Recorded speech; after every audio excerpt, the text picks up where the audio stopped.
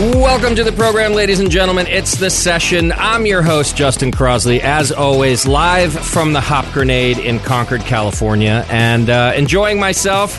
Had a couple beers before the show, as I like to do, to get ready for my guests, who this week is Headlands Brewing Company. I guess I want to say out of Lafayette, but I think you guys aren't just out of Lafayette anymore. I've got Austin with me, I've got Ryan with me, and I've got Justin with me, the other Justin, and we're going to talk all about Headlands today. And Austin, maybe let's just clarify right now. Is it Headlands out of Lafayette now, or...?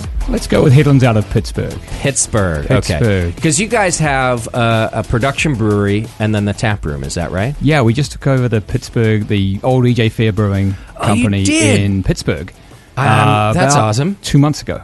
Okay. Oh, then we have a lot to talk about. I'm glad you told me that. I've got a long history with the EJ Fair folks, and some folks right here at the Brewing Network helped open that brewery too. Helped build it, brewed on it for the first time. My old producer, Shat, we called him. Okay, cool. I'm glad we get to talk about that. We're going to talk about a lot more, of course, as we always do to get through the night. I'm excited to have Headlands here. I've already got one of their beers in my glass, which we'll talk about in a moment.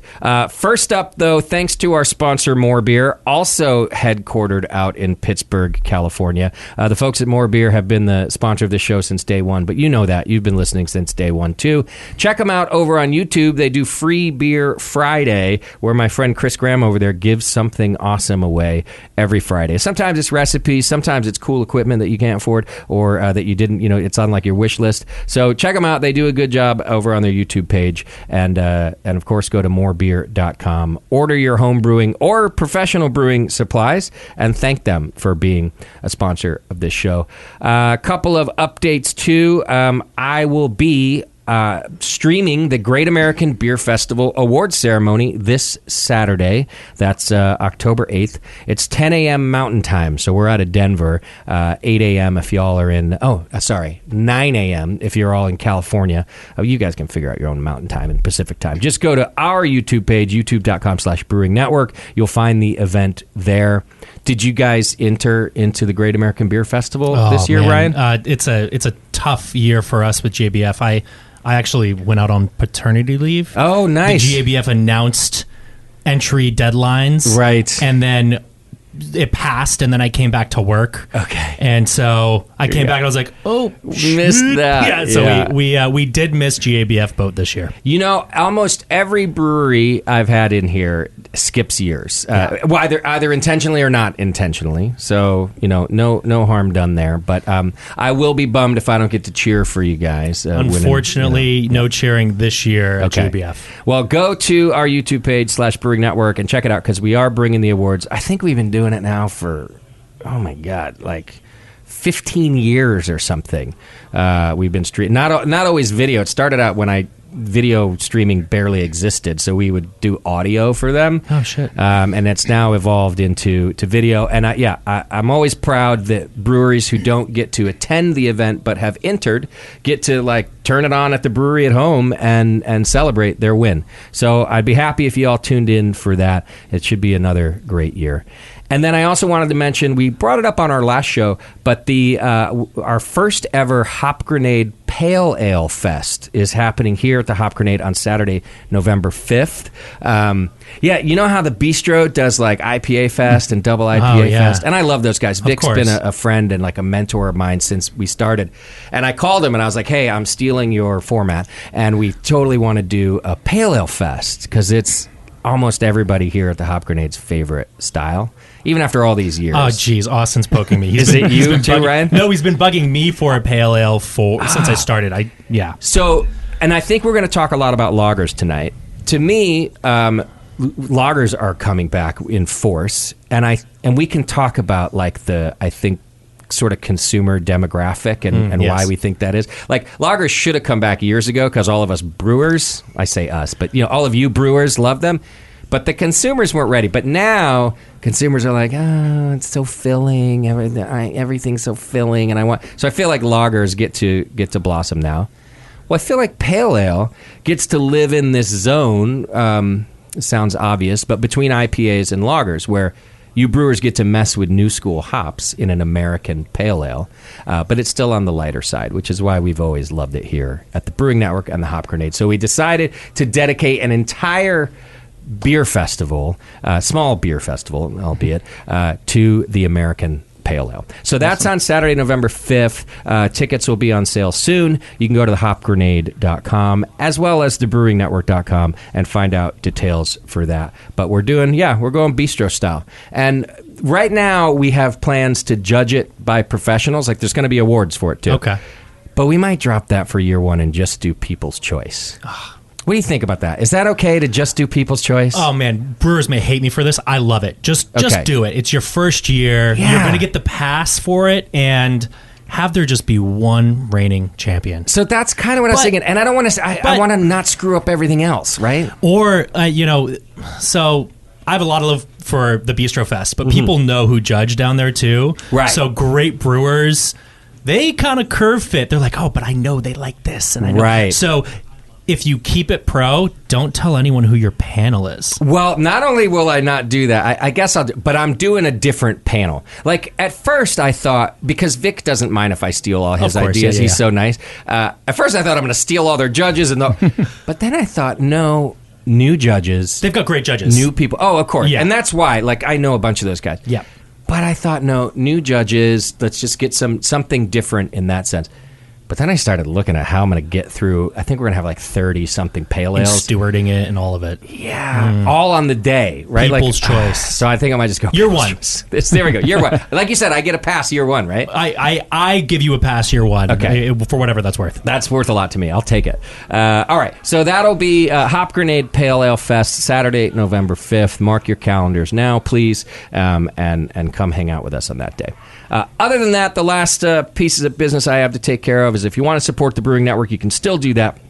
Hit the donate button on our homepage. You can donate one time or you can do a recurring donation. And you know who you are out there. Those of you who have been doing it for years and years, it's the reason that we're still here. So thank you so much for doing that. If you don't have any extra cash, that's all right. Do your Amazon shopping like you normally do. I know you're all on Amazon anyway. Just click the Amazon link on our homepage. And I think once you do it, you're like locked in. You can do it like once. And then I'm not like spying on your purchases or anything. Don't worry. But it helps us out. We get a little bit out of you doing that. The other thing you can do is just support our sponsors, like More Beer, like the 21st Amendment, like Blickman Engineering, like Beersmith, like Williams Brewing. You can go and just support all those folks, and that's just a great way to help us out, too. So please do that, and thank you to all of you who have supported the Brewing Network. All right, let's dive right back into this. Right now, I have a Bohemian Pilsner in my glass from Headlands Brewing Company, and it's called Point Bonita Bohemian Pils, right? Let's start with the name. You guys like to name things. You're a very local-centric company, and I think a very outdoorsy company. Do I have that about right? Yeah, very outdoor. We were founded in Marin, right? Out in the Headlands. The Marin Headlands, which is just a beautiful place to be outdoors, right? Okay, so tell me about St. Bonita. Where's the name from? Yeah, Point Bonita. Point Bonita, excuse me. Point Bonita coming from the lighthouse is actually the reason I joined Headlands. Was my favorite Pilsner. I met the guys who started the company. I'm like, I'm in. Yeah. And so we named the first three beers we made Point Bonita Pilsner, Hill 88 Double IPA, and Hawk Hill Hefeweizen, all spots in the Headlands. Okay. Now that we're more east of the Caldecott Brewery, we need to come out with some new names, but thankfully we have Justin and Ryan to help with that. But there's a lot out here, too. Yeah, exactly. There's a lot out here. Hellersbach. There's tons of... Are you from the East Bay, too, Justin? I am, yes. Where at? Which city? Walnut Creek. Walnut Creek, okay. Walnut Creek boy, which right next to Concord here. Mm-hmm. It's kind of the fancier Concord, really. I'm a neighbor. Okay, I like it. There's plenty out here to name things. So part of the company ethos has always been part of like the land surrounding the Bay Area. Yeah. Okay. 100%. Founders are outdoorsy, is that it? Like, are they hikers? What? So Phil Cootie, who's now head brewer over at Speakeasy, and Patrick Horn, who is now running the beer program at Patagonia. They started the brewery. Typical story. Two home brewers got together, said, hey, let's start a brewery. And they met. Well, there's a lot of different stories that they tell me, but the story I hear that most is that they met when Phil was swimming from the Farallon Islands in under the Golden Gate, and Patrick was the guy holding the gun to shoot the shark, just in case a shark showed up. Oh, my God. Nothing showed up. I hope this is the story. It's between Phil and Patrick. They spend a lot of time running trails, I think I do okay if I run 5 miles. Feels Yeah. like I'm doing 50 or I'm doing nothing. Wow. And it's still the same case. Okay. Same story. That's impressive, I have to say. If I run half a mile, I'm in trouble. Yeah. It's a rough day. But I like, there's a couple other breweries over the years that we've talked to that are kind of, melded their lifestyle like that, their active lifestyle with beer, which, doesn't always seem to fit. But in my experience, every time we talk to a company like this, it really does. You get a little calories from beer and then you go burn them. Yeah, we've always been very outdoorsy. In fact, January of this year, we joined a group called 1% for the Planet, started by the founder of Patagonia. So we give at least 1% of revenue to environmental causes. That's amazing. Day in, day out. We're really leaning into that with everything that we do right now. Did you guys, I'm sure you did you read what the Patagonia founder just did with his company? Yeah, he's gone like 100% for the planet, not 1% for the planet. This guy, so I've been amazed and impressed with this guy for a decade now, and he's been around longer than that. But I just started when I became an entrepreneur and just started watching what he's doing. And if folks at home, if you haven't seen this, just search Patagonia founder donates his company. I think that'll get you where you want to be. And he basically, his succession plan was to donate the entirety of the company, at least all of the proceeds, to nonprofits. Yeah. So instead of passing it off to his kid or even just another person to take it over, he decided all the future profits from Patagonia will go to the earth through this donation of the company to a nonprofit. Yeah, he's really raised the bar. Yeah. And kudos to his kids for not wanting the they money. signed on. They signed on. Yeah. They might not have had a choice. He's a very strong-willed person, but I think they did. They buy into the ethos that he's... It's really an impressive thing, and I think something that other corporations could really follow suit. Especially it's inspirational. Yeah, like if you've met your dream in life and you kind of have all the things you want, like the guy does, but his what he really wants for the world hasn't been met yet. So rather than keep all the money and pass it on, he's like, well, the work's not done. Yeah. Yeah, what a good guy. All right, so you guys are 1% for the planet now, yes, which I think is fantastic. 1% of all of your proceeds go to local. Is it local nonprofits? Or? Yeah, it's to this point we've partnered with East Bay Regional Parks, so we've done a couple of beers with those guys where we actually have a Peace, Love and Parks beer out right now on the shelf that was partnering with those guys. We've partnered with Save Mount Diablo. Nice. We've got a big one coming up at the end of October that we're super excited about. Okay. The biggest partnership we've ever done, so we can't even talk about it yet. Oh, right. It's pretty exciting. Working out the details. Yeah, all the details are worked out, but Ryan needs to package the beer. Jeez. Justin, do you smell scoop? I don't know. I'm just a little bit. I never get a scoop here either. So if you join 1% for the planet, it's really just a commitment on that number. You still get to choose where the money goes. Do I have that right? Yeah, 100%. We donate to the causes that they have to be signed up with the 1% for the Planet team. Okay. But yeah, all we really do is say we will guarantee at least 1% of proceeds to environmental causes, and that's it. Got it. And I saw you guys did like a big Earth Day promotion in Lafayette, where even that day you gave like 10% of proceeds. Yeah, we've done a few of those, and we'll do a few more. Okay. We've got one coming up with the World Wildlife Foundation as well soon, so we're going to do a few more of these. Great. They're fun. All right, let's talk about the Bow Pills in our glass. Describe this beer to me. All right, so we're talking about Point Bonita Bohemian Pilsner. So Czech style, Bohemian style Pilsner. But what differentiates this Bow Pils right off the bat from many others is a dash of rye. That's really influenced this beer from its inception, and it was a recipe I think originally from Phil, and really honoring the spirit in that. Keeping this beer right now is 100% Vyramin with Vyramin rye malt as well. Interesting. And front bittering additions with German tradition, but finishing everything after 15 minutes with Czech Satz. Okay. So really just a nod and like a nice solid firm bitterness. The label says 38 IBUs. I think this lot is floating a little higher, 40, 45 maybe. And I really like the kind of crisp and herbal finish that we're getting from the Satz with this Point Bow right now. So, what do you think the rye does for it? I think the rye gives a roundness of malt character that in a beer that is so dry makes it just complex enough to play maybe a little better with food. Okay. Or, a lot of great brewers love Bohemian Pils. Yeah. Oh, yeah. And rye isn't necessarily a common adjunct that you may turn as a brewer and be like, boom, that's what I'm going to do with my Bo Pils. So it's a differentiation, a deviation from the norm that helps that little bit of spiciness interplay with that Czech Satz hop finish. Yeah. To just stand out a little bit. Yeah. So it does make it stand out. And so to me, like one of the trademarks of a Bohemian Pilsner is that kind of flowery malt character. I don't like to say fruity. To me, it's usually like herbally flowery.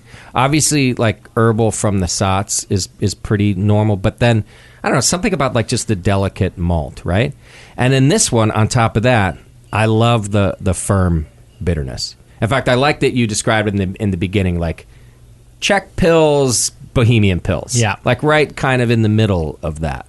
And I wonder if the rye like gives you the ability to add that firm bitterness. Well, and that retronasal too. I mean, I've been sipping on my glass. Unfortunately, my half pint's gone. It seems to happen. Nicely done. But it leaves this kind of retronasal and this like sustaining firmness to palate that if I had more beer in my glass, I'd actually be wanting to drink more right now. Mm-hmm. So it brings me back to the beer, which is really fun. Yeah. And I also think, that is why that interplay with food is pretty important. I think it couples really well with a wide variety of foods then. Sure. So, yeah. I think the Germans would agree with you. I hope so. Part of the point. It's one of your flagship beers, right? This is always in rotation? I think Point Bonita is our flagship. It may not be our lead seller. Okay. And the spirit of Headlands, to me, is embodied by Point Bonita. Okay. Yeah. Does your lead seller, does it describe with 3 letters like everybody else's? Well, yeah. Okay. Yeah. The IPA. So no matter what anybody does, the lead seller is... No matter what you try. Almost 99 point... It's a rare occasion that someone comes in and goes, no, it's actually our this beer. Yes. And I'm like, wow, maybe your IPA sucks. I don't know. Because, Oh, man. But just the letters. It doesn't even matter if the beer's good sometimes. Just the letters sell it, right? It does. I mean, look, I have a love-hate with IPAs, and I love to drink them, but I talk a lot of smack. So, sure. Maybe that'll come out here in a little bit. That's why we're going to taste... we're going to taste 4 lagers and then 1 IPA. Okay. I like that. That's actually a change for this show, too. Amen. Well, and back to what I said, I think that consumers are evolving for various reasons, for dietary reasons. Their palates are changing, right? I even think that the rise of the hazy IPA is just a precursor to lagers being loved, because they gave you that sort of delicate bitterness that was now more acceptable. Mm-hmm. And now once your palate adjusted to that, like if you were a new craft beer drinker, you were like, oh, that Pilsner's really good too. It might be flowery. It might be some of those things that hazy, right? No, I'm a fermentation nerd. So when it comes to IPA, if there's a style of IPA I love or love to hate on but still love, it is hazy IPA. I mean, you want to dive into the dynamics of biotransformation, and like those beers don't exist without fermentation. So that's cool to me. And I'm excited that like West Coast is coming back, and there's more interest in a lot of the fun lager styles. And even for a brief period, I joined Headlands November of last year. Okay, and I came in, and the Lafayette Taproom Brewery was a little bit of a playground. It's a small, I'd consider it like R&D scale. What size is the brewery? It's a 3.5 barrel. Okay, yeah. So it's just big enough that if you make a really good beer, it's gone on a weekend. Nice. Yeah, that's kind of the goal, right? It's like, can we sell 6 or 7 kegs of this in a weekend or in 2 weeks? But I actually didn't do that. I'm like, Austin, I'm going to show up. I'm going to be a real pain in the ass, and I'm going to brew like Northern English Brown, and I'm going to brew grisettes and saisons and like all this crazy stuff. So the beer nerds are actually kind of coming out of the woodwork. They're like, oh, this is rad. Look at all these weird beers. Yeah. And that's what's fun about having Lafayette, is we have this playground where we can really bite off anything we want to play with. Putting on like a Hellerbach. Is that what Justin brewed? What's your favorite beer that you guys brew, or your favorite style of beer, Justin? Do you have We haven't brewed it ourselves yet, but our new hazy coming up, I think, will be my favorite beer. Okay, so he's the hazy specialist. You need one. You have to. Yeah. No, Justin's great. We're gonna lean on him. We're gonna pick on him pretty hard tonight. Did you brew somewhere else before Headlands? Yeah, I previously brewed at Heretic Brewing Co. out in Fairfield. Oh, my dude, Jamil. Yes, sir. Did you like Jamil, or was he a pain in the ass? A little bit of both. Yeah, that's my feeling about it. I love the guy, but what a pain in the ass. I would never want to work for him. He humbled me, for sure. Did he? Absolutely. Yeah, he's like, okay, hotshot. Like, yeah, if it weren't for him, I wouldn't, be the brewer I am today. So. He does know what the hell he's doing. Sure. I've always given him that, but I could never work for the man. Hey, Yeah. I did it for 4 years. You so, did? Nah, yeah. good on you. So did you go straight from there to Headlands? Yeah, so I'm from, like I said, Contra Costa County. Okay. I lived in Fairfield the last 15 years, and then I just recently moved back in December and was over paying for bridge toll. Okay, yeah. So Good move. I found a new home over at Headlands. Nice. And it's been a blast. It's been about 2 months now. Okay. So, And when did you guys open Lafayette, Austin? May of 21. Okay. Now, let's take a quick break, because I want to figure out, because you guys for a while, I think, were self-proclaimed gypsy brewers. So, yes. Is that right? That's true. Do we still use that term? Is that? I'm not sure, but it is kind of funny because you were talking about GABF. In 2017, we won a silver medal with our Wolfbag Ridge IPA. Oh, yeah. Brewed at EJ Fair in Pittsburgh. Oh, right. So And now full circle. that's full circle. Like, we're back where we probably should have been in the first place. Oh, So, my gosh. yeah, nice to have a real home. I love that. Yeah, because I was reading and doing my research. Of course, I've known about you guys for a while anyway. I've had your beer. In fact, here, let me ask you this before we take a break. I feel like you guys were some of the first to pioneer the 16-ounce can. Nicely done. Right? When I looked at joining Headlands back in 2016, there were 3 16-ounce cans on the shelf at Whole Foods. Ah. Pizza Port, Modern Times, Headlands. That was it. Okay. There's a couple more now. Yeah, Well, now like it's two ridiculous. more. Well, 2, maybe 3. Yeah. Well, in pre-COVID, it was already on the rise. But once COVID hit, I mean, forget about it. I feel like Russian River's the last one that doesn't have a 16-ounce can on the shelf. Vinny's going to hold up forever. My buddy, Yeah, right. everybody's buddy Taylor over at Whole Foods was return every call within 3 seconds because we were one of the 3 breweries, and now try and track those guys down. They're like, yeah, we've got a lot of stuff going on. That's and by so the way, funny. Amazon owns us. Do you right? Can you pinpoint a specific reason that you guys thought the 16-ounce can was either important or the next big thing? If you've met Phil Cootie, yeah, Phil's like, it's going to be cans, it's going to be 16-ounce. I'm not. That's it. That's the it. proper pint. I'm not going to put anything in 12-ounce. I'm not going to put anything in a bottle. And he's right about we that. never have. Right. Oh, you've never bottled a thing. We did bottle a sour a couple of times. You but kinda everything have to. else, yeah, you kind of have to.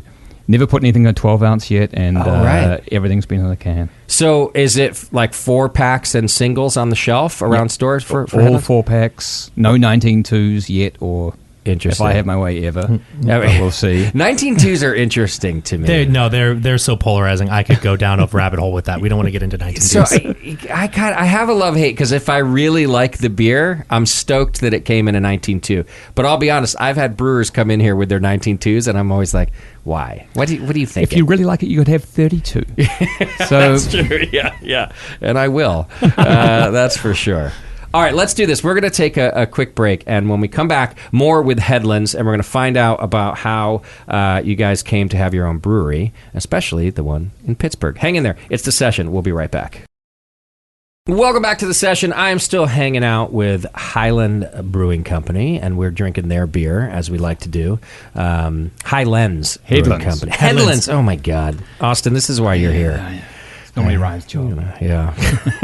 I was drinking a beer. There's 3. Yeah, he's like, we'll just let this one slide. But if he doesn't get it right soon. Yeah. Headlands Brewing Company. And by the way, you can go to headlandsbrewing.com and find out more about their beer and their locations and everything else. So go to headlandsbrewing.com and check it out. All right. So for a while, you didn't have your own brewery. You were, quote unquote, gypsy breweries, which basically meant that you would kind of take over other folks' breweries for a while. They would brew the beer for you. Yeah. And we've discussed that at length on this show, so I think our listeners mostly know that business model. I think it's actually in the time. When did you guys start? 2013, which I no think- one would believe. Yeah. including me. Because of the growth since then? Because it was a little slow for a while, and then Yeah. we almost shut down in 2019 because we just ran out of money. And then, Oh, right. then Lafayette came along, and so And changed here we things are. for you Yeah, guys. changed everything. Because I was going to say that I think that model was a smart move, the Gypsy Brewing model. Rather, like, in fact, if you had run out of money, almost run out of money in 2019, I would venture to say if you had bought a brewery in 2013, you definitely would have run out of money, right? Yeah. So I think kind of a good model to start with. So, but now you have your own production brewery, and is this your first one? Other than that little baby in Lafayette, yeah. That's Okay. the first brewery. So Gypsy Brewery to put your cans on the shelf until you open Lafayette in 2020? 2021. 2021. Yeah, May of last year. Okay, right. So Lafayette, by the way, folks who are not in California, in Northern California, is this awesome little town that I was afraid to open in because I wasn't sure that it had quite enough population. Even though it does, I just wasn't quite sure of it.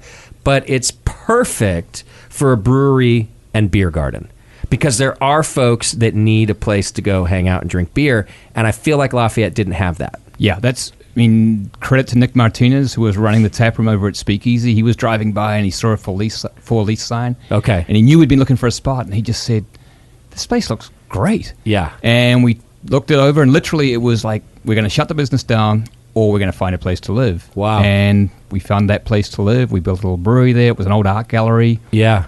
Start to finish, and we've got an amazing beer garden in there, a little brewery, and it's gone so well that we're like, okay, we can't shut the thing down now. We better keep going. Yeah. What a scary moment, though, where you're like, it's either over or we're going to pour more money into this location for us. Try having a conversation with your wife about that. Yeah. She's like, We're already pretty much bankrupt. Let's do it again. We're doubling down.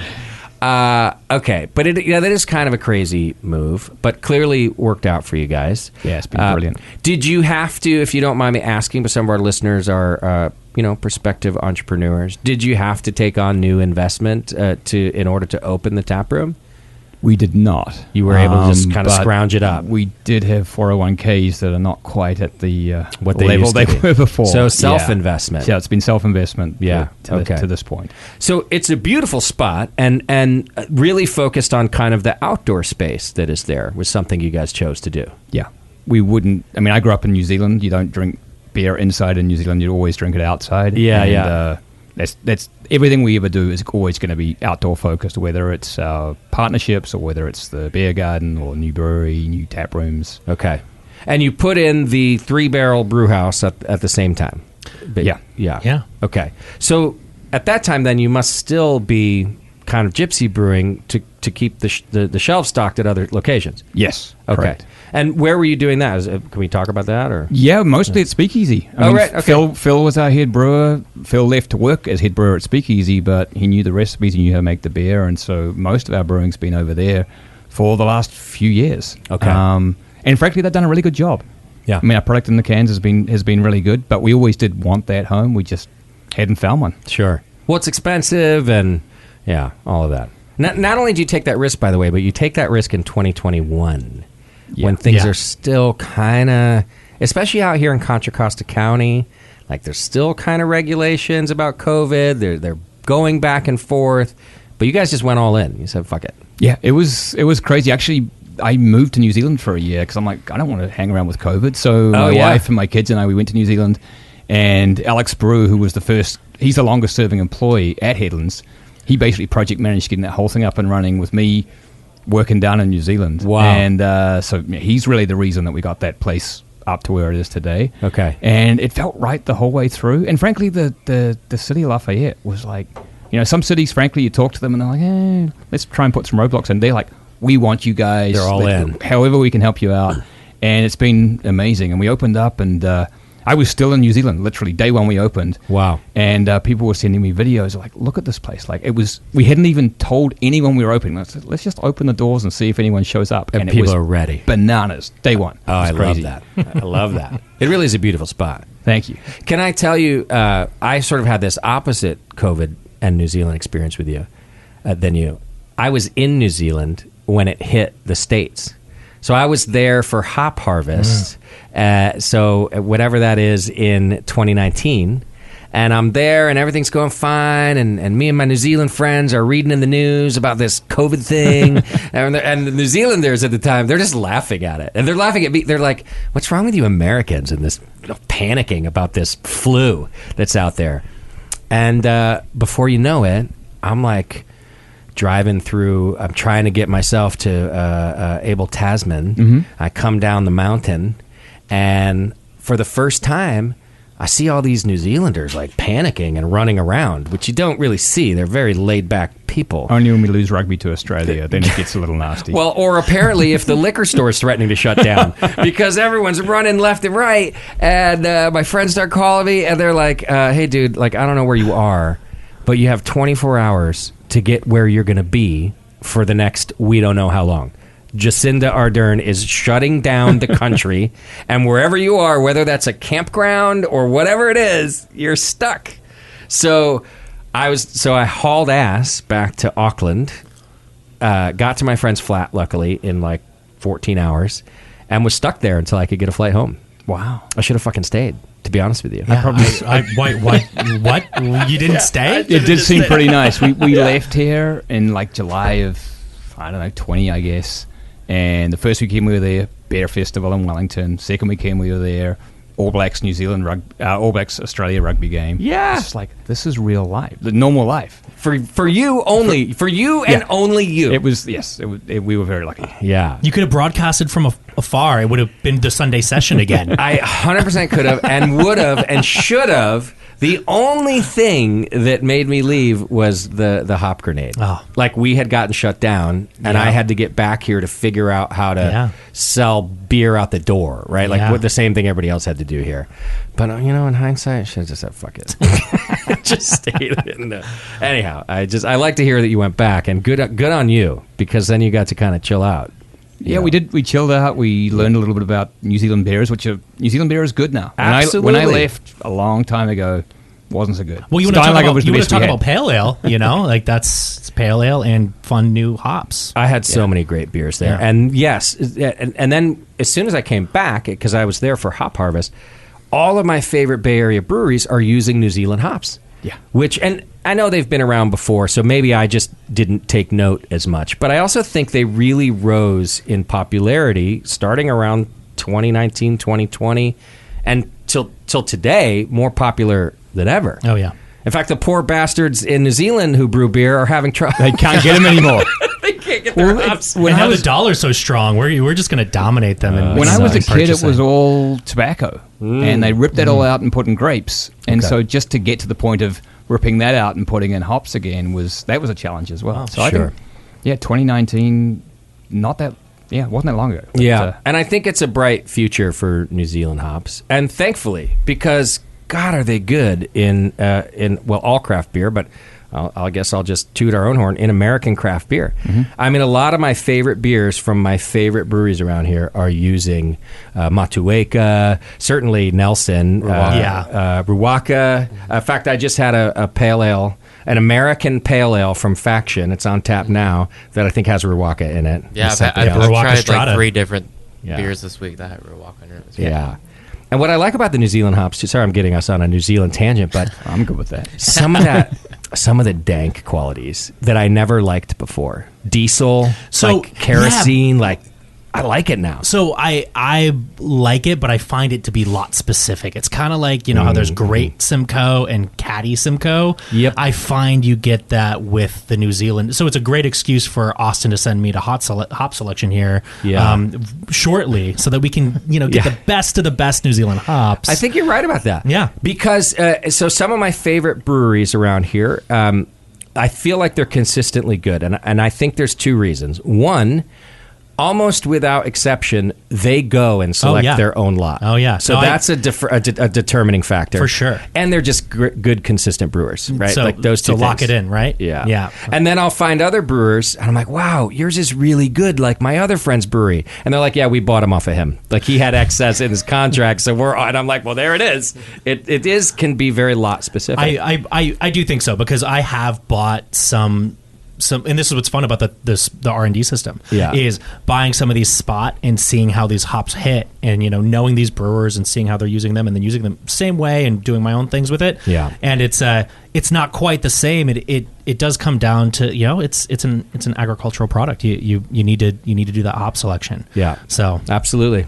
All right, let's talk about the fest beer in our glass, and then we're going to come back to the production brewery. But what is this, your Oktoberfest? So this is a really fun beer. I'm a bit of a lager nut. I'm a lager head.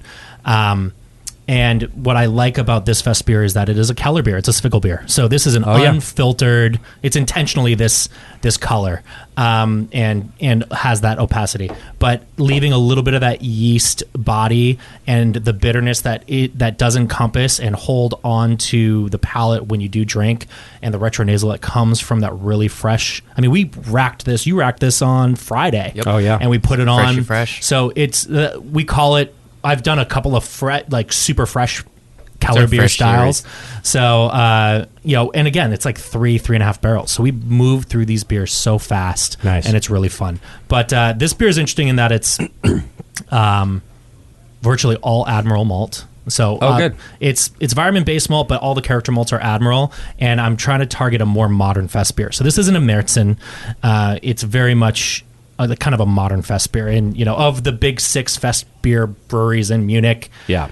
Some of them have bowed to modern palates, and some of them are like, no, This is not what we do. no, we brew Märzen. Yeah. And that's fine. I like to interpret fest beer as a little lighter, a little more approachable. You get some of these cool malt characters, really amazing German lager character with a yeast strain near and dear to my heart. Which is what? The Weihenstephan? No. Augustiner? No. Oh, I'm You're- striking out here. Keep guessing. Well, we're gonna taste three more beers with this specific yeast strain. So They all have it. Okay. You'll just keep peeling it apart. Maybe you'll guess. I don't know. I'm not that good. Yeah, it's it's a fest beer. So there's a lot to talk about, but there's also something to me about a fest beer that is, can you put it in a liter and drink it? Yeah. And if you're not doing that, I did yesterday, so Nice. it happens. yeah, you did. Well, after you won a dance competition. Yeah, man, I was thirsty. Was this at the brewery? Yeah, pretty Okay. much. Yeah. Well, no, the dance competition was the at the dance brewery. competition was not. It was down the street, but Okay. Yeah, I needed a thirst quencher. A man That of was many it. talents over here. Oh, Do yeah. you guys do liters just for Oktoberfest, or this was just a one-off thing? For Oktoberfest, and I think it's fair. I mean, we do 20-ounce pints, which I love. It's half the reason why I joined Headlands. I joined Headlands November of last year. Okay. And I showed up, and I'm like, if they don't have a proper pint, I don't know if I can work here. And they did, Wow. so checked that box. Even before you got there, they had the 20-ounce. Yeah, pint. exactly. Okay. Yeah. It's mandatory for me. So I helped put on the Concord Oktoberfest here in the park for a couple years. I've since stopped because it's a big pain in the ass. But I wanted it to be as traditional as possible. But honestly, I chickened out on the liter beers. I ordered half liter steins. So you come on, order 2 if you want. And I'm purist too. Like, I've been to Oktoberfest, I absolutely love it. But I also can handle my shit. And I was worried that Concord couldn't. No, yeah. Look, Them there's Concord locals. Yeah, but there is something there where like they. It's more of a family event, but they'll drink a few liters, no problem. Yeah. And it's fine. Right. No, it's the Aussies, the Americans, and the Italians who are hammered at Oktoberfest. It's not the Germans. Yeah, no, the Irish and the German are fine. No, it's in short, this is a really fun beer in that we were trying to get it in, and I'm like, man, I don't think we have time to lager an Oktoberfest, but I really love Keller beer. Okay. I've had a lot of fun playing with that recipe and dialing back on finished bitterness, but letting that yeast carry through with some of that breadiness. So it's less tank time in a Keller beer. It's very much so. Okay. Very much so. We brewed this beer. Look, this is non-traditional, so if you're German brewing tradition, plug your ears. We brewed this beer 9/12. Okay. And we kegged it 9/29. Oh, I see. Wow. So we got it through primary fermentation. We cold crashed it, and made sure it cleared via VDK diacetyl, and That's quick. and carved it. It's delicious. It worked out. I like having 2 or 3 weeks even with a Keller beer. Yeah. And we're under a timeline. So I was like, well, there's one way I can make a fest beer, and it's going to be a Zwickel. Yeah, a Zwickel fest beer, and Nice. not many people have done it. I googled it before I came on the show. I was like, is anyone doing this? Do people in Germany even do this? And I don't think they do. Right. Like Revolution Brewing in Chicago Okay. has one, and like another brewery. There's here or there. another one, and we serve them sometimes only in bottles that does as Zwickel too. Gosh, what is their name? But anyhow, Is it German? He's a German but he's an American brewery in St. Louis, I Oh think. man, I should know this off the top of my head. So I met him years ago and interviewed Schlafly? him. No, but they're Okay. good too. Yeah. I met him years ago at the Great American Beer Festival and interviewed him when he was the experimental brewer for Anheuser-Busch. And they had brought this German over to be that. Then he left them and opened his own brewery. Yeah. It's a real Urban Chestnut. Oh, Urban have you Chestnut. heard of that? Yeah, no, and actually, you have some beer in the cooler out Oh, do we front. have it now? Okay. Yeah, but Yeah. I don't know I think it might be Zwickel beer. Actually, There's one that I think their flagship is a Zwickel, and it's great. Well, and that's the thing. It's something. It's a little twist on lager for me. Being and that is the opportunity of a system of that size, right? Yeah. We can bring consumers, whether they know it or not, something that they can't get anywhere unless you're in Bavaria. Yeah. And so, when I studied beer in Germany and we toured around and we were drinking beer from massive, the big producers down to the smallest, town pub. Yeah. I was always gravitating to things that were, there is more than those crystal clear beers Sure. in Germany that aren't just Hefeweizen. And even the Germans may not admit it, or at least the Bavarians won't.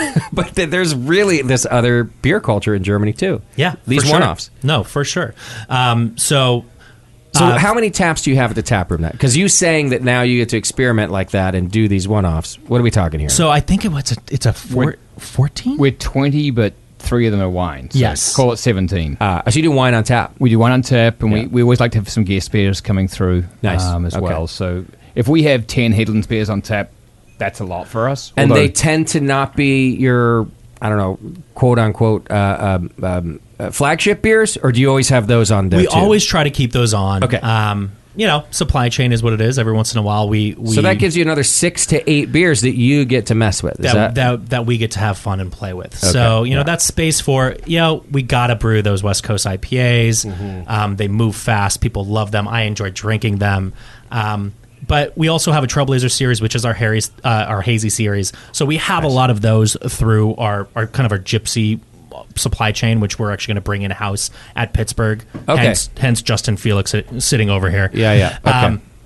Got it. Because you can see lager specialist. But actually, kudos to Justin on this. I showed up and I realized I double booked myself on 9/12, and we were brewing together. I was just training him up, and I'm like, dude, I gotta go. I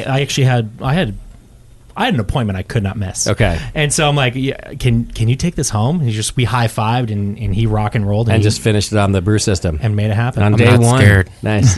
not scared. Not scared of no system. Now, aside from this Zwickel, the Keller version, are you like a full-on 6-week lager guy for your lagers then? It depends. Okay. I am willing to acknowledge that while indoctrination in brewing lager beer in Germany is a thing, that more rapid lagers can and to my palate taste as crispy. So if you don't have the 6, 8, 12 weeks for traditional laydown, I love pitching very cold correctly, letting that beer ferment out for its 10 days. Yeah. But I am not afraid of a diacetyl rest of like 15 or 16 Celsius. So you're talking, low 60s. You Yeah. let that beer free rise. Yeah. So if you get your pitch temp correct and all of those ester formations, all of that is in that first 72, the first 3, 4, 5 days Yeah. of fermentation. You clear that hurdle and then you let the yeast clear itself up Yep. and then get that beer really cold Yeah. and process it. I'm personally, with all the right levers in place, a 28-day lager person. Okay. If the gravity is where it's at and where everything's going. Now, Yeah. if I'm being on the extreme end, we have, great lager palate here, but it has to be Yeah. poured as a Zwickel beer. Got it. Okay. And what's interesting is as a Zwickel, it tasted differently Friday. It tasted differently Sunday. I didn't drink it Saturday. And it's tasting different today. And Yeah, to me, that's like half of the fun. This beer is just going to drift ever so subtly, even post-package, because the yeast is in the package. Which is still basically lagering, even as as long as it's sitting cold. Exactly. Yeah. So I'm missing my friend and former co-host, who's passed now, Tasty, was with us for years, because he would have been sitting there just nodding his head with you. He was such a proponent of the pay attention to the beer.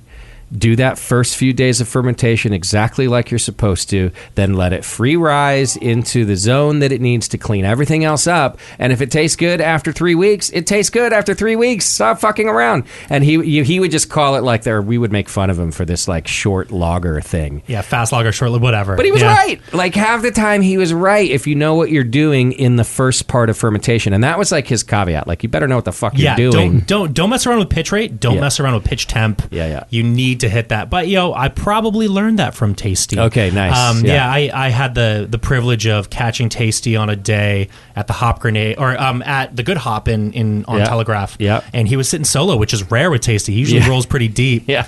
I was just able to pull up next to him and chat loggers, kind of right there at the end, and it was great to connect with him. And That's awesome. And have a moment and share a pint. It was funny. I was going to run in and buy beer and run out, And then, I'm like, is that Tasty sitting at the bar alone? Nice. I'm like, so I just saddled up next to him. I'm like, hey, Tasty, how's it going? I'm texting my wife like, Having a beer. Caitlin, You will I'm never not- guess who I'm sitting yeah, next to right and now. I'm not going to be home in 20 minutes. Hey, if your let's call them short lagers taste better because of that meeting, it was time well spent. There we go. No, yeah. Huge kudos to Tasty. Yeah, absolutely. Thank you for that. Okay, so why don't we pour the next beer too? And while we're doing that, I want to go back to the Pittsburgh Brewery. So you guys open Lafayette, and you're having all the success, having your own tap room now, a place where people can come and enjoy the beer that's yours, right? And you decide we still need a brewery of our own. Now, EJ Fair, who I've known for years, they kind of stopped brewery production there a couple years ago. I don't know the exact It was timeline. COVID. It was January Yes. 20th, Okay. like 2020. We have the brew sheets. Yeah, I have the last brew sheet. And then, unfortunately, and rest the restaurants sold their tasting room next to us. My neighbor just closed last month as well.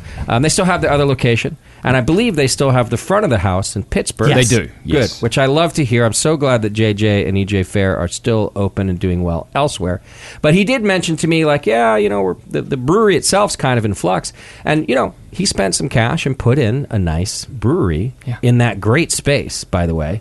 Cool. It's a cool building. So it's a great building. Yeah. So you guys come along, and how many barrels is that? It's a 34, it's 35. big, right? Yeah, I mean, 35 we're barrels. It's a big we're brewery. getting 35 out of it. Okay. Yeah. So you come along, and you start talking to JJ, I assume, and you end up buying the brewery outright, or is it sort of No, alternating? we're still leasing it from. It's fully our license, but we're leasing it from JJ. He bought the building, it's his equipment, so. But it's your license. It's not he's like a our landlord. proprietorship, like an alternating thing. No, Okay. our license. And we'd been. It comes back to when we first brewed our Wolfpack Ridge IPA there in 2017. I see. They made really good beer, and then I pitched to JJ probably 4 years ago. Let's take over the space. He's like, nah. And then for a while, he's like, I'm just going to rip everything out and put in a 10-barrel system and just support my own restaurants. Right. And eventually, he's like, that seems like too much work as That's well. a lot of work and a lot of wasted money. A lot, yes. So we went back and forth for a while, and then eventually signed a lease, took over. Then Ryan said, hey, I'm about to have a kid, so I'm going to pop out for 6 weeks. I'm like, all right, then. Okay. Guess I'll go Goodbye. back to New Zealand. Yeah, and so we really officially have been in there for probably 6 weeks, 8 weeks. Have you brewed on it yet? We've brewed on it. We packaged our first 4 beer times. last week. Oh, right. And Is that where you are? You're not in Lafayette, Justin. You're basically in Pittsburgh now. Correct. That's your house. Correct. we Okay. even let him name our first beer out of there. Nice. We packaged last week. Which is what? Send it.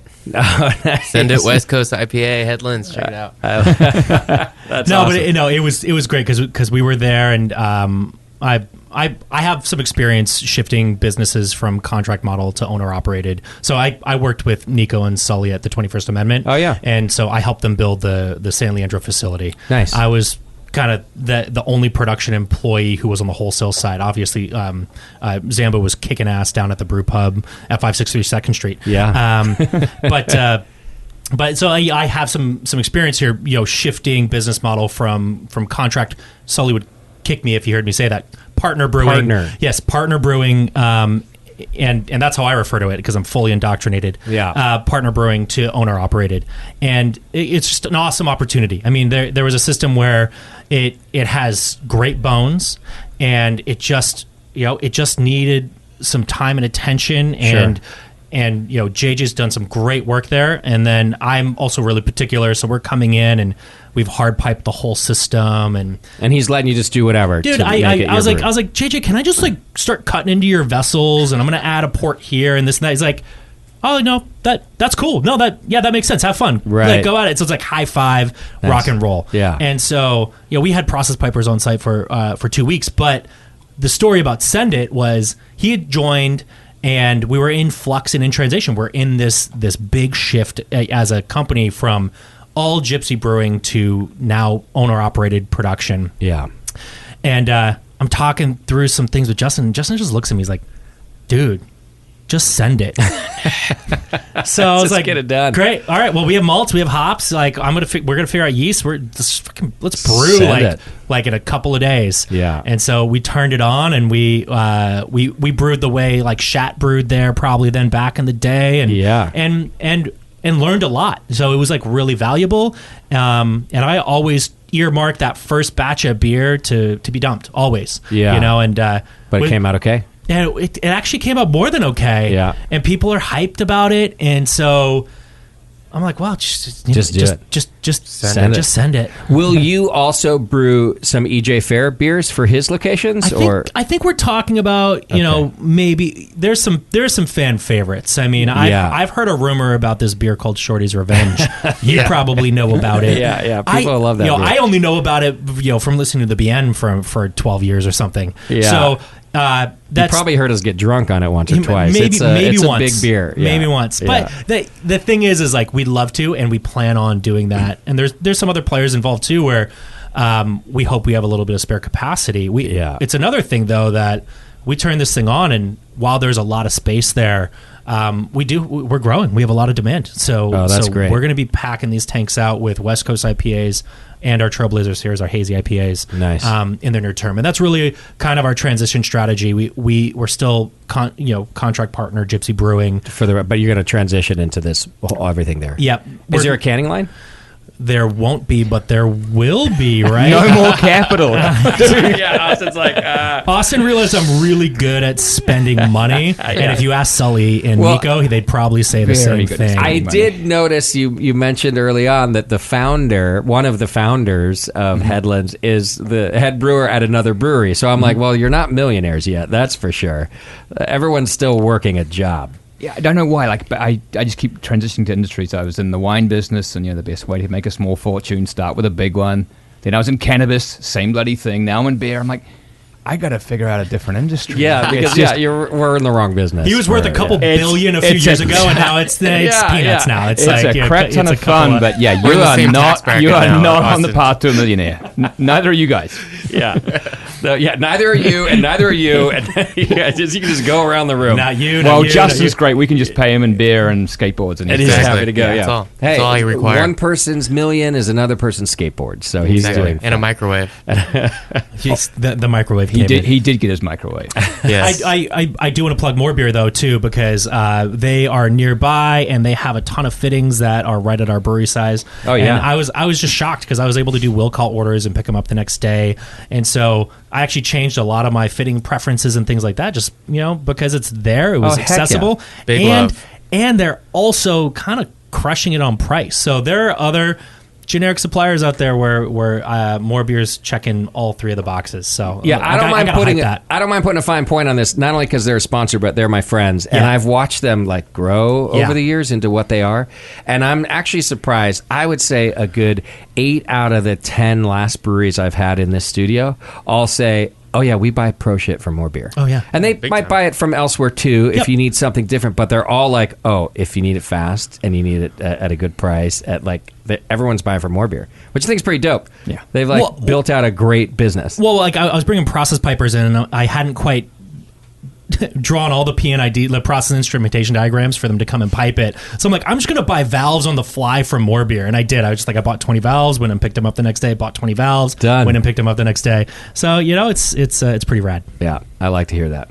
All right. I think we have a Helles in our glass. So you mentioned Alex Brew, who longest standing employee now at Headlands, a GM, but he does like fucking everything because we're small. Okay. So I think Alex is who booked this show for us, right? I think Jeremy booked the show. Jeremy, that's right. Well, Jeremy did. Alex You're has been preoccupied with getting married. And So he that got happens. married. So 2 of the beers we're actually drinking were born from a conversation with Alex and then his significantly better half, Brittany, who he's now married to. Alex loves Helles, and he loves that I love lager, and he's German and heritage. And so when I'm like, I'm just going to keep putting like Keller Helles and filtered Helles on tap, this guy's like, man, Ryan's a real pain in the ass to work with. Yeah. But at least he's putting beer on tap I love to drink. Yeah. So this beer is called Brew Helles. It's 4.9%. I actually dialed back IBUs a couple of points for him because he just likes a nice, clean malt forward beer and really going to express that lager quality. This beer leads actually all with Fireman malt. Okay. So it's Fireman Pils. Dash of Vienna and just a really classic. This is more of a classic fermentation profile. So Okay. this did lay down for 5 weeks and No filter? Biofine? But I mean, 3.5 barrel system, Biofine. Biofine, yeah. Yep. So this is the beer. Okay, now the previous beer, the Fest, the Keller, I would have 1 full liter glass of it. Yes. This is the one that I would have 4 of while I'm at Oktoberfest. This is literally what I did on Sunday. This is a 4 I had 1 liter Oktoberfest. Helles right here. It's the one if you're going to be all day at the fest, I could stick with this. It's really fantastic. I mean, I appreciate that because, I don't put my hand up as an IPA specialist, but I want to come to the table with lagers that are nuanced, but also just super drinkable. And that's my measure. Am I going to have 2 or 3 20-ounce? Am I going to have a liter 2 or 3 of this beer? Yeah. And that's the 4.9%, like rock and roll all day long. It's so good. It has all the subtleties of a good Helles, but also a nice firm bitterness, all noble. What are the full hop bill? It's Satz. Yeah, it's just Satz. I mean, I do have a bittering charge right at the front, but it's minuscule. And Magnum or something? No, it's tradition. It's something that if I am brewing a German beer, I like tradition and how it was bred and where it came out of Germany. Mm-hmm. So it is like a more modern, higher alpha hop, but it still has so much of that classic kind of Hallertauer characteristic that I bitter with it, and then it keeps just the total green mass low for the whirlpool. I see. And I finish with Satz. So that's kind of my technique with hops. It's like bring in the German tradition, hit it on the bittering side. But see, in this if we you were really talking, want it, hit Satz at the end. That's perfect. And this we were talking yeast before. If I were going to bet money, which I know I'm already wrong, so I would have lost my money. I would have gone, it's Augustiner. It has to be Augustiner yeast. You've been drinking Wondrous, it sounds like. Yeah, You love one. good beer. And I love Augustiner. Like that's my friends from Germany who introduced me to German beer. They're just Augustiner heads. So you know how like you kind of at some point you're not really allowed to like another beer. Yeah. That happened to me with that. It's also a great beer. But I would have doubled down on that. You're gonna okay. So you still. Well, I don't know what else to get unless we're gonna talk about like I'm almost out of things unless we're talking Spaten or something. We're not at Spaten. I mean, I'll tell you but you got to twist my arm. No, keep going. Okay, we'll keep him on the spot. Okay, keep you know what? guessing. I also have a contemporary light lager that we're gonna taste through that is also the same yeast strain. same yeast So that's your last shot. Can I ask you that? Is it German? Even? It is very much German. Okay. It actually couldn't be more German. All right, I want to make sure you're not going to be like, no, it's Anheuser-Busch. It is totally screw me on this, but It's Mexican lager. So straight you're lucky out, you've got this because so we mentioned Alex got married. So this beer and the next beer were brewed specifically for his wedding. oh, nice. And Yeah. his math was all my friends are going to have at least 10 to 12 pints. Right. So I need, how many did you take? Like 12, 14 half barrels? we sent Like, there's no like 10 way. or 12 half barrels. And it so was a big wedding. he sent back like 2/3 of it. He's like, 'Cause they all drink my friends tequila. all drank tequila. So shit. what do you get? A lot of tequila doubles on ice that night. But so. he was prepared. He was Miscalculation, very but prepared. he had- Well, he probably wasn't wrong that those who did drink beer drank 10 to 12 pints. And Well, they I was were driving able to walk Ryan home. again. Okay, yeah. Again. Yeah. But no, I for me, I was like, Alex, man, I've thrown some big events. If you go through even half of the beer we're sending, but I love the ambition. I'm like, look, if you want us to send you 9 or 10 or 12 kegs, like we're gonna make it happen. So Yeah. We're happy that they enjoyed it. But Brew Hell is kind of a nod to his father and to him, and the beer that's going to follow up is a nod to his new father-in-law and also his wife. All right, well, why don't we do this? We'll take a quick break. When we come back, we've got that beer, so it'll be our last lager. So I get one more chance. Yep. You got, I'm like, You're right there. You got it. Don't pull up a map. You if you pull up a map, you might be able. No, I think okay. You're gonna have to zoom out just a tiny bit. If you pull up a map, you might be able to pull it out. If Sully's listening, he's probably emailing you right now or texting you anyway. So yeah, that's true. He's in Denver. I gave him a hard time. He wasn't going to be here. The JBF. Yeah. You're just stuck with me. We're going to take a quick break. When we come back, more from Headlands Brewing Company. Hang in there. It's The Session. Welcome back to The Session. Thanks for hanging out with us. Looks like I left a microphone on at the break, so hopefully you guys didn't talk too much shit. I talked a lot of shit. Yeah. It was only Justin again. It was Justin's mic that was on, mine. so I don't know how that went, but it's Jeez. probably all right. Yeah, I don't think we said anything too bad. I've always been told that the best parts of the show happen at the break, and that I should record those and like later, maybe when I'm ready to retire, release all the breaks. Oh, yeah. As like a series of podcasts. Yeah. You know, because sometimes it's us joking and saying fucked up stuff, but oftentimes it's brewers then, like when Sully's here especially, like really diving into the details. They're like, hey, you mentioned that brewing process. Now I want to really talk about that. And then we spend 20 minutes at the break talking about it. That's the release I should do one day. I love it. You shouldn't do that with us, but yes, everyone from here on out. Right. So we don't have a ton of time left, and I want to dive into the beer, but let's just wrap up. So you guys, just to make sure we put a fine point on it, you're now officially have taken over the Pittsburgh Brew House, which I'm so stoked to hear. Like I already mentioned, it's a beautiful spot, and it sounds like you guys just really needed a home. You will transition, I guess, eventually 100% of the brewing into that. I mean, That's other the plan. than the tap room. Yeah. That is the plan. Side growth, and the good news is we have some great partners, but we're growing pretty rapidly, and we're launching potentially new SKUs. I don't know. I don't want to say too much, but Sure. there's a lot of things in the works, and we can get 3,000 to 4,000 barrels of beer through that space. Okay. But we'll see if that'll be enough. Sure. Well, Ryan and I have a deal, right? Once we do that, you get to build a new brewery, and Ryan likes building breweries. I do like that. Yeah. He's up. very Get us to incented to get us to I 5,000 built more breweries. than one brewery, so Right. I'm like, yes, let's do it again. Do it better. Well, and it seems to me, so a lot of breweries are very grassroots, and I think you guys are too, and promote within and hire within. But it seems to me, Austin, like you were, I don't know if you were targeted or you were, I read through some of your own bio. I did my Google of you. And you're a guy who, you've already said you've come from other industries. And one of the things that you do well is to scale companies, to come in and see where a company wants to grow up and help them do that. Do I have that about right? Yeah, 100%. Part of your specialty. Yes. And not every brewery wants to do that, right? Some breweries want to, no, we're just small. We're just going to keep who we are. Even if they want to grow, they're like, oh, we'll do it ourselves, which is it's a big learning curve.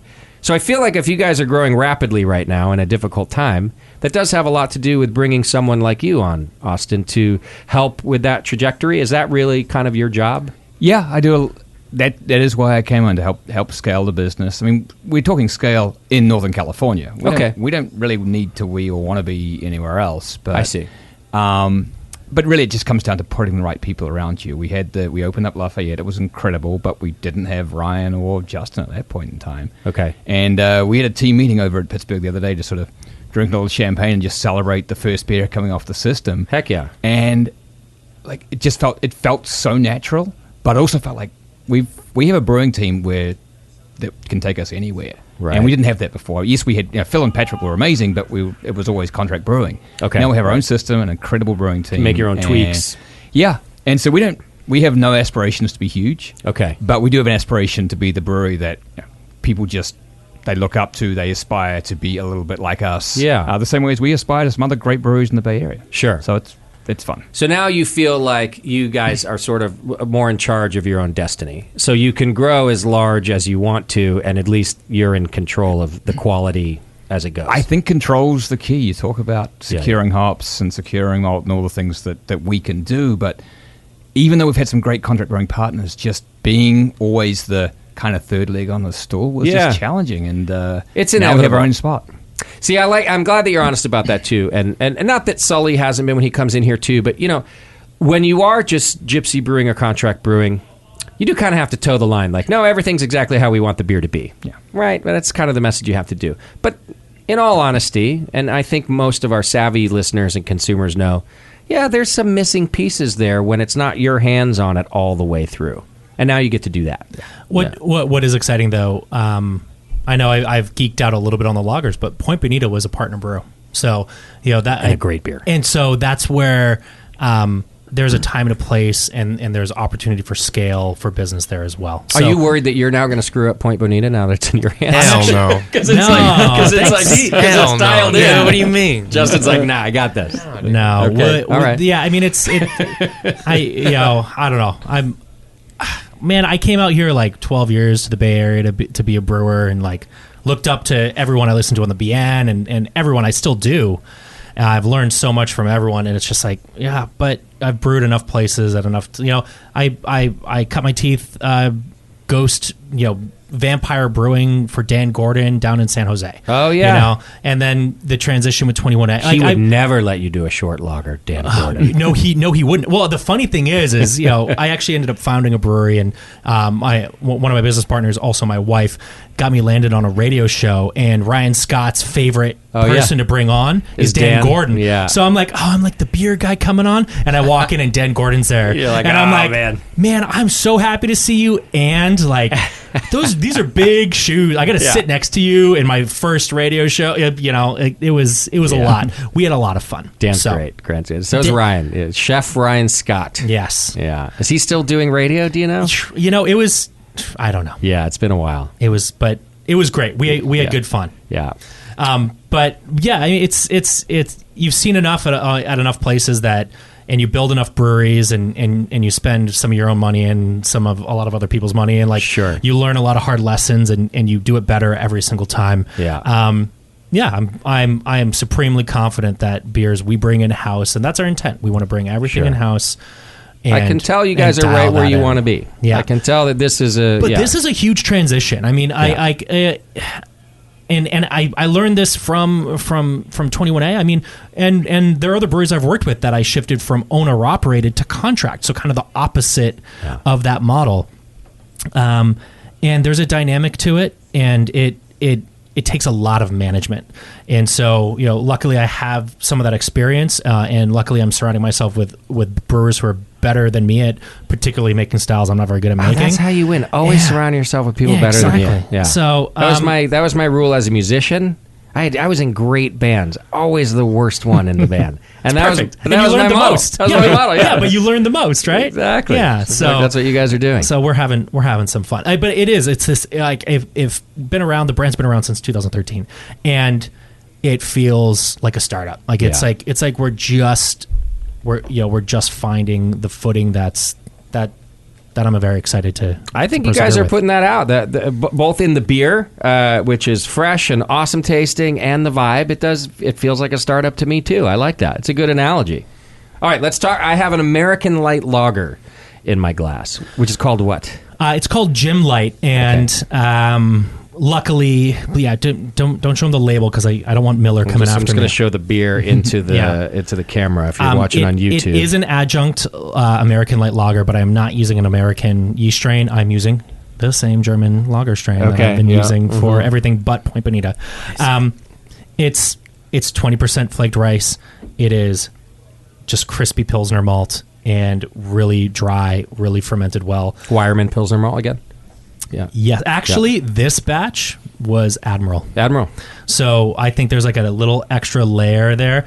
But I was talking to Alex. I'm like, hey, what do you and Brittany want to drink at your wedding? He's like, well, Brittany's father really likes Coors Light, and every once in a while, she'll have one, I'll have one. And it's like great, I'll brew that for you. And then I walk out of that conversation, I'm like, I'm an idiot. What did I just get? This is actually one of the hardest styles of beer to make. Like any brewer will, has told you that in the past. It's like there's nothing to hide behind. Right. It is all execution, no flaws, and all fermentation. Because if you don't hit fermentation, it's going to rear its ugly head in a beer like this. Yeah. So I realized I kind of signed up for more than I bargained for, and I quickly put the recipe together because I'm like, I need to brew this as soon as possible because I need to lager it for a while, and if I can't do that, I'm gonna have to brew it again. Yeah. So, I love this beer. Nailed it, dude. It's so good. It's 4%. There is a whisper of hops. I think I whispered German tradition over the kettle, and it's 10 IBUs. Wow. And it's so funny too because the crowd at the wedding, I was lucky enough to be invited to the wedding. The crowd at the wedding is like, man, this beer, this is the best Coors Light I've ever had. And I'm like, it's actually not Coors Light. No, you should have just been I would have just hid in the back going it's just, we just happen to get really fresh Coors Light. It's super fresh Coors Light, yeah. In 2005, when I started the Brewing Network, I would have hated this beer. But not because it's not perfectly executed. Because I didn't know how to appreciate a light lager, right? Sure. And now times have changed. And I'm like, oh man, I just want a keg of this on all the time. So I'm a big proponent. I'm a brewer who believes there's a time and a place for every beer out there. And I think I've even told the story to Sully. I didn't get watermelon wheat. My favorite beer when I joined on was a beer called Bitter American, which you've got great beer. Great beer. It got discoed. They asked me that in the interview, and Sully was like, is it really? Yeah. I think it was an okay answer. But I got watermelon wheat one day when I was in Dolores Park, and it was a heat wave, and it was 95 degrees, and I brought some 21A, and I for that. I had 4 Heller High watermelons. I'm like, oh, I get it. Yeah, I get it. And ever since then, I'm like, the snobbery has melted away, and I'm like, there is always a time and a place for a beer. And I think that's what's happened to me over the years too, and why I can. This is just fantastic. Okay, I'm ready for my yeast guess. I'm ready for my final. What is it? It's Polaner. Ooh, that's a great guess. Great guess. 3 strikes. None of our listeners expected me to get it anyway, so it's fine. Well, it's the only monastery brewery in Bavaria. Oh, I thought that was Augustiner. Ondex. Oh, Ondex. Of course it's Ondex. Shit, if I had an Ondex. You were dancing, dude. Yeah. You were there. You were, I mean, you were circling. Ondex is such a great fucking brewery, too. Well, so I came to the Bay Area. I moved into the Western Addition, and then there was a beer garden that served liters of beer down the street, and they would get Keller, Volbier Ondex Helles. And I would go there, and it was super fresh for 4 years. Yeah. And it's made such an imprint on me outside of Germany, but in the Bay Area, that it became a little bit of my je ne sais quoi. And look, there are great brewers in the Bay Area. There's amazing beer being produced. We all can use the same yeasts. Yeah. So it's one way I really like to differentiate. So good. Even with the West Coast IPAs, I look, there's Cal Ale, which is an amazing yeast strain. It's robust and it makes awesome raw material forward beers. And there are other really cool ale strains that can express differently. So it's a way that I always try to find something new and different and differentiate it. Because look, 5, 6, 7, 8, 9, 10,000 brewers, doesn't really matter. I want someone to drink a pint and have it be like, that's great, and I don't exactly know why. And it's not because it's Rawaka, or it's not because they lot selected the best XYZ. There's something there. Yeah. And so that's always been my little Well done. My little take. Yeah, so kudos to Ryan for sure. Yeah. This was the first beer that I came on to, and this kind of introduced me to how Ryan is as a brewer. So yeah. It's a great philosophy to find that little separation point, especially with a beer like this, right? Because you can't hide anything, like you said. Absolutely. So if your differentiator is A, that you can do it right, because that's a differentiator, but B, you chose a yeast like that. Oh yeah. All right, let's do the IPA before we run out of time. So we've done lagers all show long, but of course you got to have an IPA. What's the name of this IPA? Because I can't remember. It's a horrible name. And who named it? I named it. No, Elon Musk. Yeah, no, it wasn't Elon Musk. It's not my first child. I just got that, Justin. That took me a second. Because the name is like half letters, half numbers. RND01. I mean, we're in the Bay Area. People know what R&D is, I hope, but it stands for Research and Development. Sure. 01. You could imply that it may be the first attempt at something. Or just the number one, because we're the best. Right, yeah. Hoorah. All right, West Coast IPA, though. West Coast IPA. Yeah. We're all going to be The quiet. aroma's amazing. Well, you also said you kind of like the diesel, so. Well, diesel dank and a little fruit in there, too. There you go. A stone fruit. That's the balance. All right, tell me about the beer. So, 6.1, we're working for something here. There's an end target, and I'm not allowed to say too much because Austin will. He's not a violent person. He's a pacifist. Yeah, he's not going to punch me, but he may gently nudge me not to say too much. Yeah. We have a really fun partnership coming up that is going to be announced in the next few weeks. And I've been working some West Coast IPAs, and then luckily Justin Felix has come on, and we've gone over the recipe, and we're kind of looking at each other. We're like moving a couple of dials. So Lafayette gives us the opportunity to try to dial some of these beers in. This was R&D 01. The hops leading are bittered with Bravo.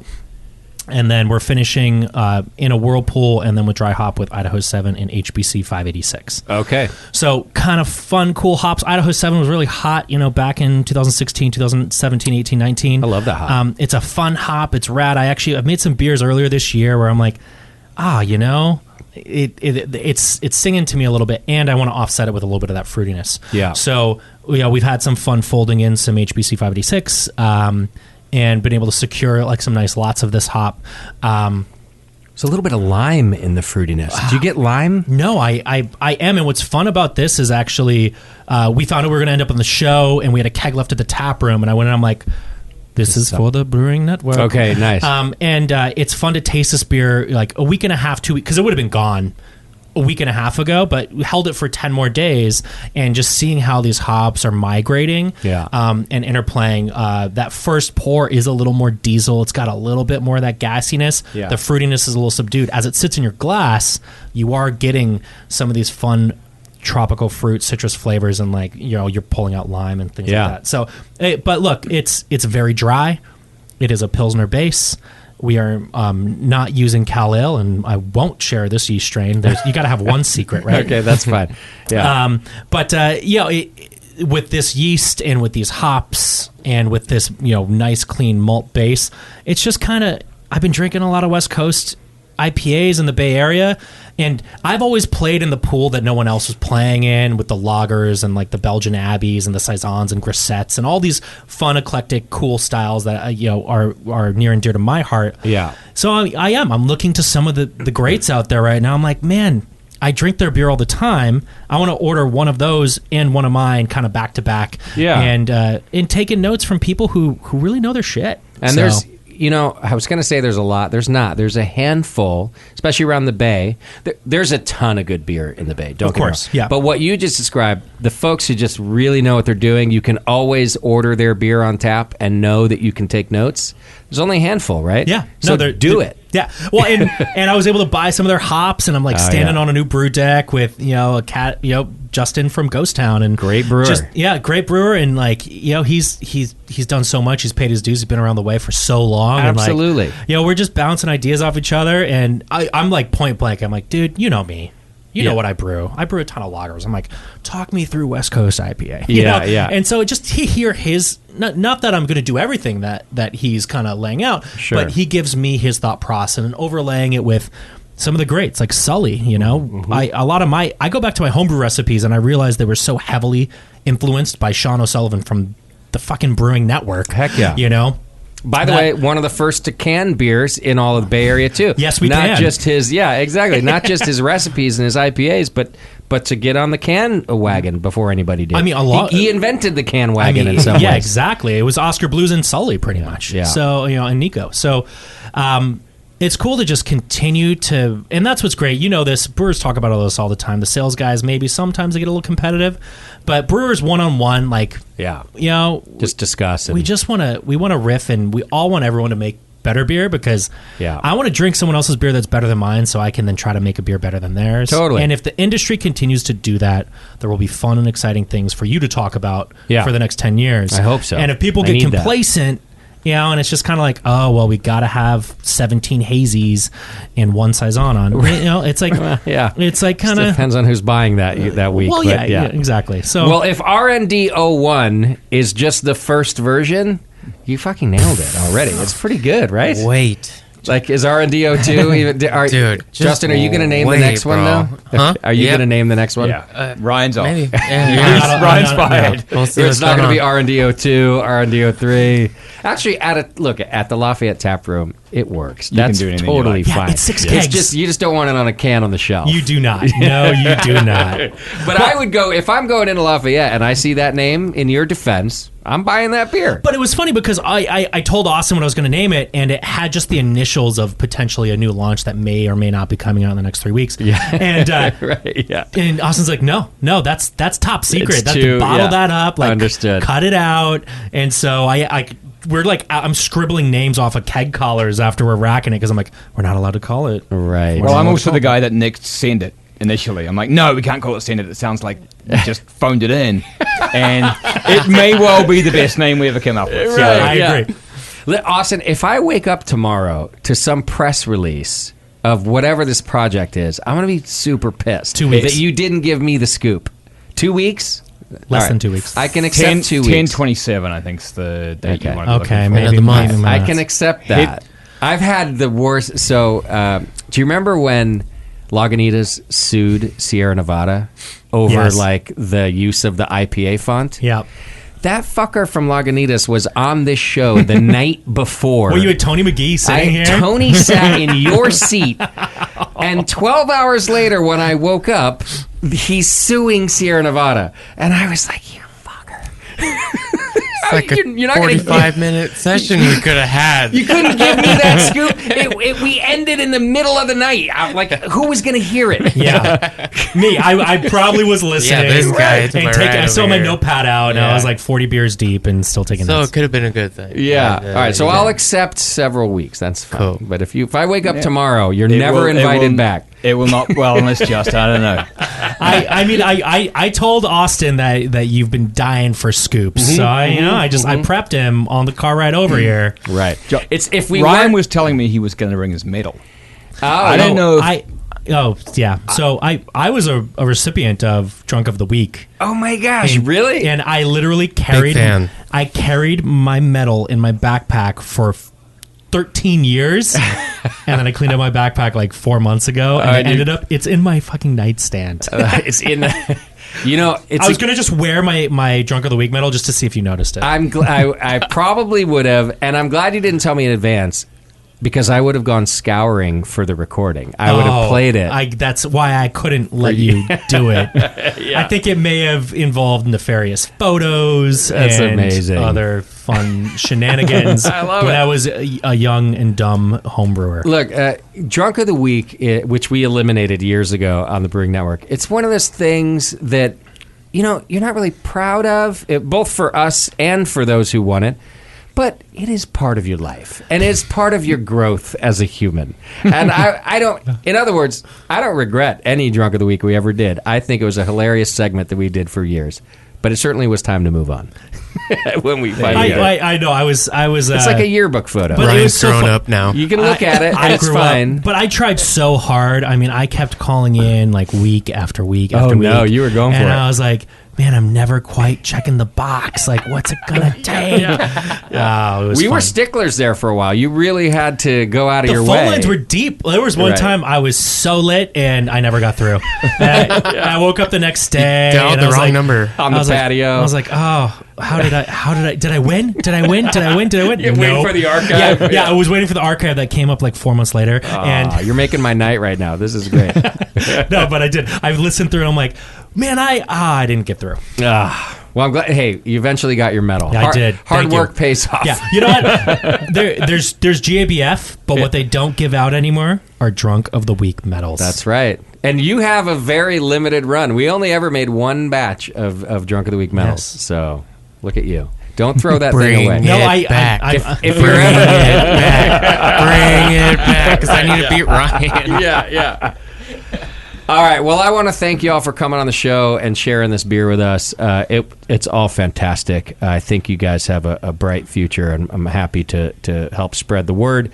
You can go to, what did I say, headlandsbrewing.com to follow along and track their progress. I think, is there like a beer finder there? People can figure out where to buy it? Yeah, we got a beer finder, and we're launching another one with this new secretive product that Ryan won't tell anybody about. Right. If I had a few more drinks, It's all his fault. it's all over.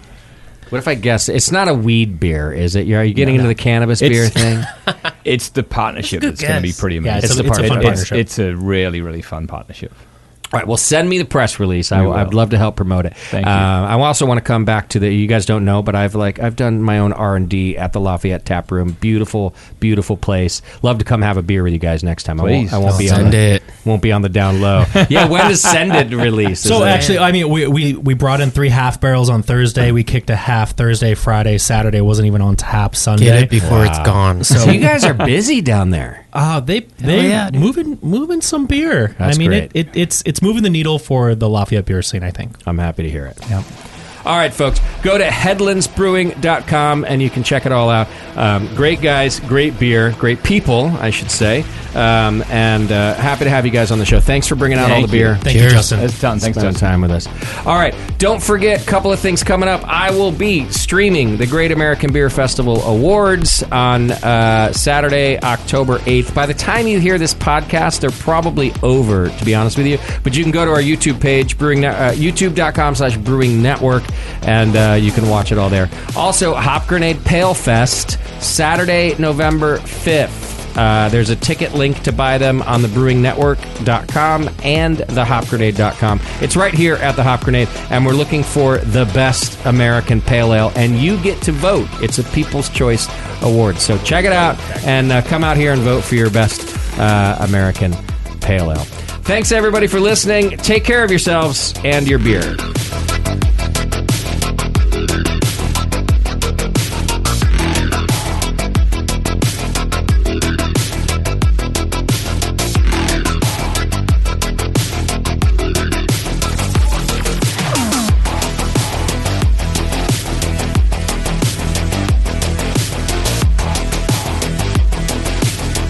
The Session is a production of the Brewing Network and brought to you by More Beer. Check them out at morebeer.com. Find more content and live video of this show on our YouTube channel at youtube.com/Brewing Network. For sponsorship opportunities and information, please reach out to advertising@thebrewingnetwork.com. To reach our hosts, contact feedback@thebrewingnetwork.com.